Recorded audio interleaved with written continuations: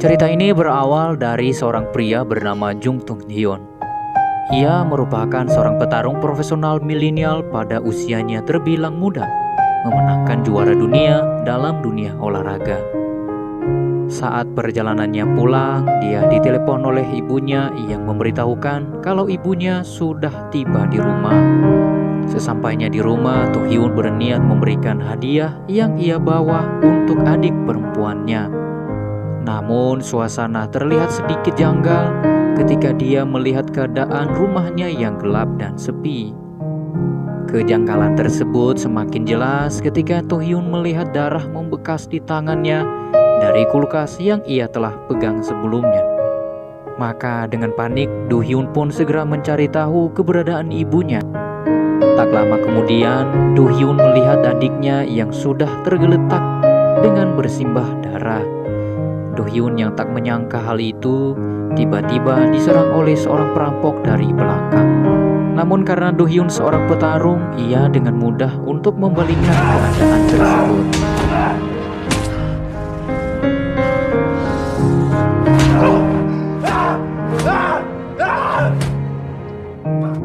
Scene berpindah ke sebuah sekolah dan terlihat sekelompok siswa yang sedang melihat berita.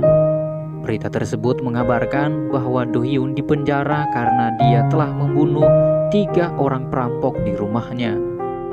Sekelompok siswa ini paling ditakuti di kelas tersebut. Bahkan pada saat mereka marah, terlihat tidak ada satupun yang berani melawan. Terlihat juga seorang siswa culun bernama Woo Sol yang sedang fokus mengerjakan tugasnya. Tak lama kemudian ibu guru datang dengan membawa seorang murid baru. Dia bernama Bae Sok Chan. Semua anak di kelas tampak kagum dan bertepuk tangan, tapi tidak dengan Woo Sol. Dia ingat betul dengan Bae Sok Chan. Karena Woo Sol ini pernah satu sekolah dengannya, ternyata dulu Sok Chan ini adalah orang yang selalu membulinya saat masih di bangku SMP. Di saat kelas memasuki jam istirahat, Sok Chan menghajar sekelompok siswa yang ditakuti di kelasnya. Setelah selesai, Sok Chan terlihat mendatangi Woo Sol dan mulai membulinya. Tiba-tiba salah seorang siswi mencoba menghentikannya, tapi Sok Chan tidak peduli, malah menampar siswi tersebut. Saat Sok Chan akan memukul gadis itu, Woo Sol memberanikan diri dan mencoba untuk menolongnya. Tapi ia malah dihajar dan dijadikan bulan-bulanan oleh Sok Chan. Woo Sol yang tidak berdaya lalu melihat sebuah pulpen yang ada di lantai. Ia kemudian mengambilnya dan mengancam akan menusuk Sok Chan dengan pulpen itu.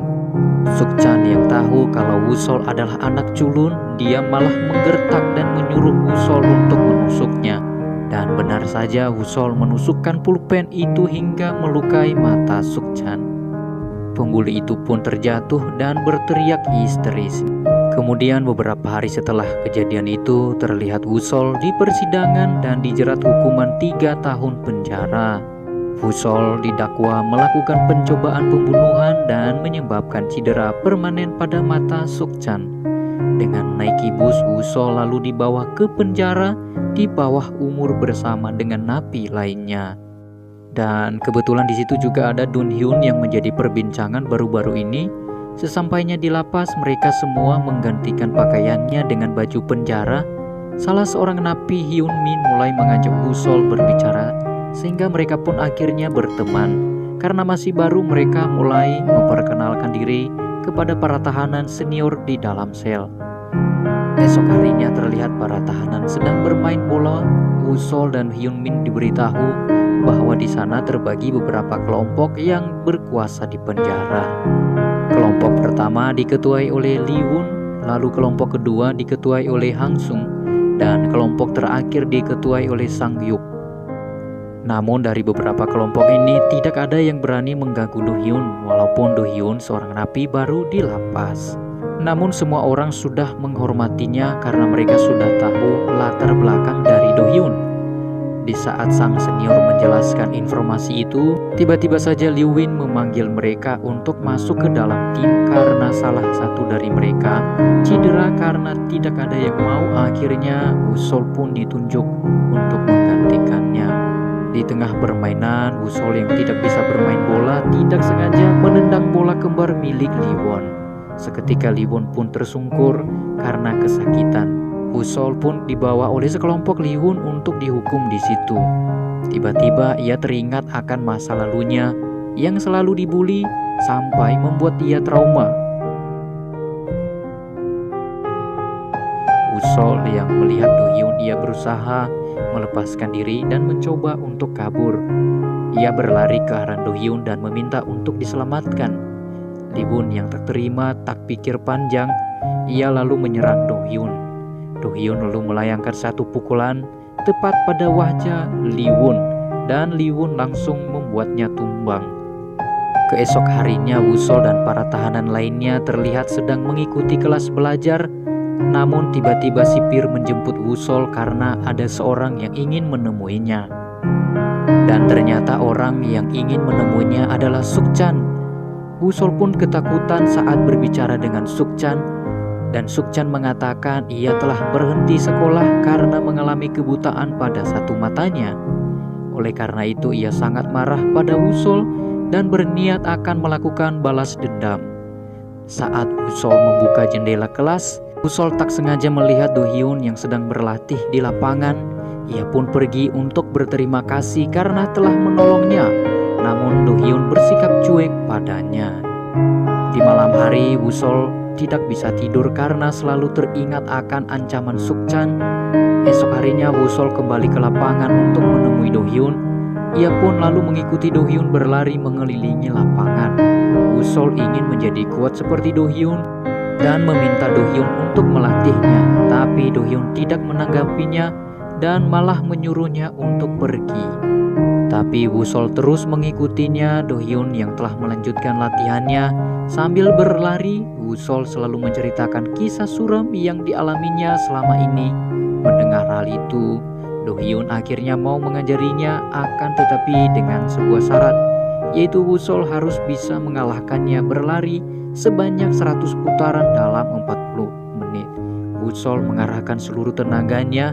Walaupun sudah sangat kelelahan, ia teringat masa-masa SMP-nya yang selalu dibuli oleh Sukchan. Wusol merasa dirinya sangat menyedihkan karena tidak dapat melakukan apa-apa. Akhirnya Do-hyun telah menyelesaikan putarannya. Namun Wusol yang belum sampai putaran ke-100, ia berusaha terus berlari. Walaupun ia sudah tak sanggup lagi, Wusol sampai terjatuh dan meratapi dirinya. Hingga pada akhirnya dia pingsan dan tak sadarkan diri. Keesokan harinya Do-hyun bertemu dengan kepala sipir penjara. Do-hyun memiliki satu permintaan pada kepala sipir yang ternyata permintaan tersebut adalah untuk menempatkan Wusol satu sel dengannya. Setelah dipindahkan ke sel Do-hyun, Wusol diminta untuk berlatih push up. Namun dia nampak sangat buruk dalam melakukannya. Di sisi lain terlihat Liwon yang juga sedang berlatih dan ia mendapatkan kabar jika Wusol kini dipindahkan ke ruangan Do-hyun. Hari demi hari berlalu, Do-hyun terus melatihnya mulai dari push up dan latihan meninju. Do-hyun juga mengajarinya cara mendendang dan berbagai latihan lainnya, termasuk cara mengunci lawan.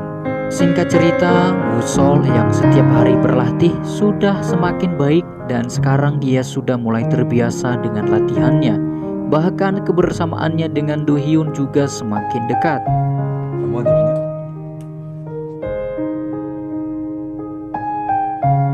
Sementara di tempat lain terlihat Sukchan yang dibuat marah oleh pengendara mobil. Sukchan yang marah kemudian menghajar kedua orang itu. Saat menghajar mereka, dia dilihat oleh seorang bos gangster. Ia pun lalu memberi tawaran pada Sukchan untuk bergabung dengannya. Scene kembali pada Wusol yang sedang berbincang dengan Hyunmin.